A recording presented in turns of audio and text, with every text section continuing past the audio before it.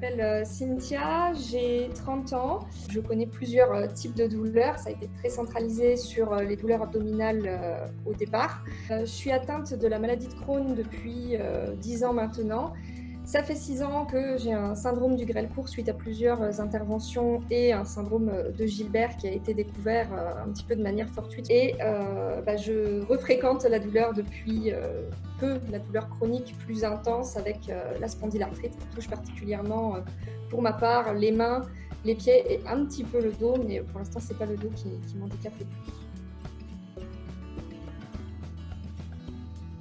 Très variable en fonction, on va dire, du type de douleur. Quand j'arrive à comprendre un petit peu l'événement et le pourquoi, c'est plus facile, entre guillemets.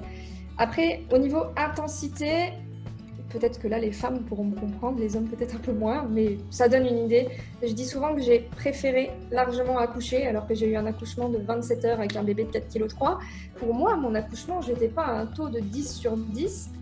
Or, je l'ai déjà connu avec la pathologie. Pour la spondylarthrite, c'est un petit peu pareil. Les douleurs au dos, c'est dès qu'il y a mobilisation, ça se calme. Donc, c'est l'espace parfois d'un temps qui peut être assez long, mais à serrer les dents et à avancer, quoi.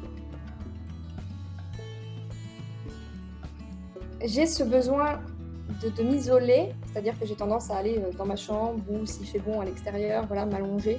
C'est vraiment la position clé. Quand ça va vraiment pas, il faut que je sois allongée. Sinon, les pics de douleur peuvent vraiment aller jusqu'au malaise, hein.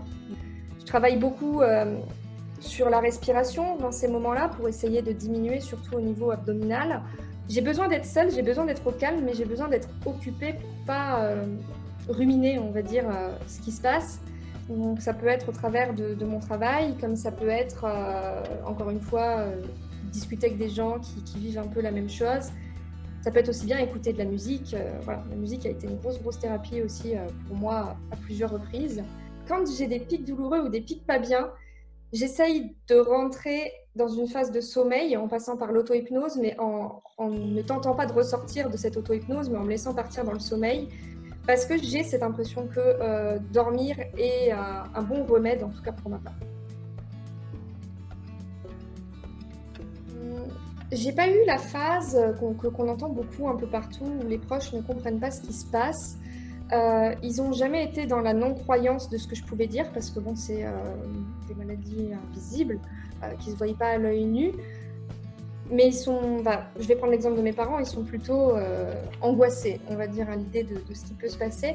Donc c'est vrai que je ne les mets pas toujours dans la confidence du moment parce que je ne veux pas créer cette angoisse qui est communicative et qui finalement ne me fait pas forcément du bien. Je préfère les appeler quand c'est terminé et leur dire, voilà, il y a eu ça, mais aujourd'hui ça va. Donc c'est vrai que j'ai cette chance que les personnes autour de moi, dans mes proches vraiment proches, me comprennent. Je sais que quand j'ai ce besoin d'en parler à mes proches, j'ai pas besoin qu'on s'étende sur le sujet. S'ils ont besoin de comprendre, je réponds à leurs questions. Mais après, j'ai besoin de leur présence et qu'on se change les idées et qu'on passe à autre chose.